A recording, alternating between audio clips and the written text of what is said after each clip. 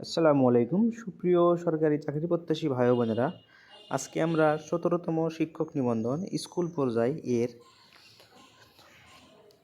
প্রশ্ন সমাধান বাংলা অংশ নিয়ে হাজির হয়েছি।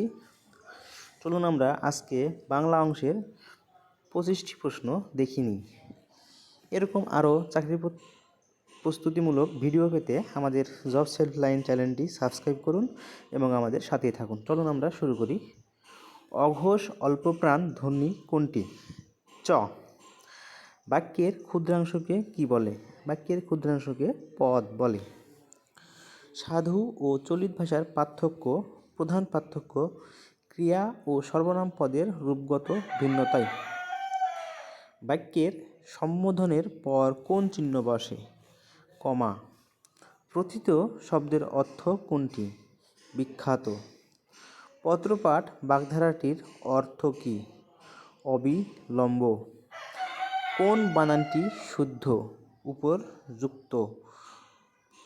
শুদ্ধ বাক্যটি নির্দেশ করুন। দীনতা প্রশংসনীয় নয়। নত্যবিধি অনুসারে কোন বানানটি শুদ্ধ? পূর্বাহ্ন।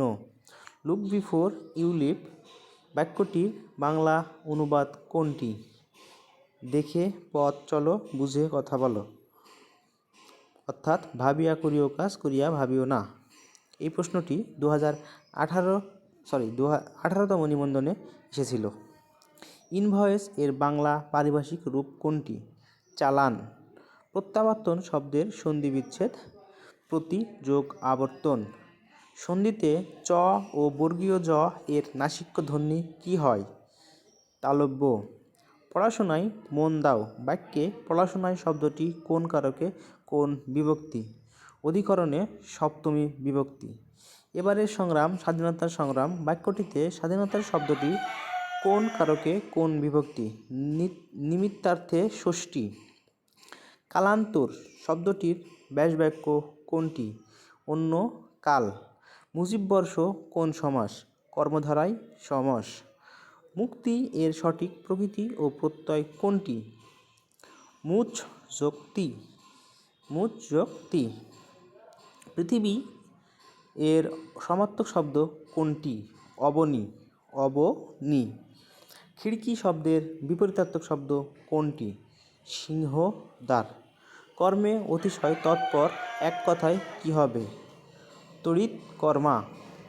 যা বলা হবে এর বাক্য সংকোচন কোনটি? বক্তব্য।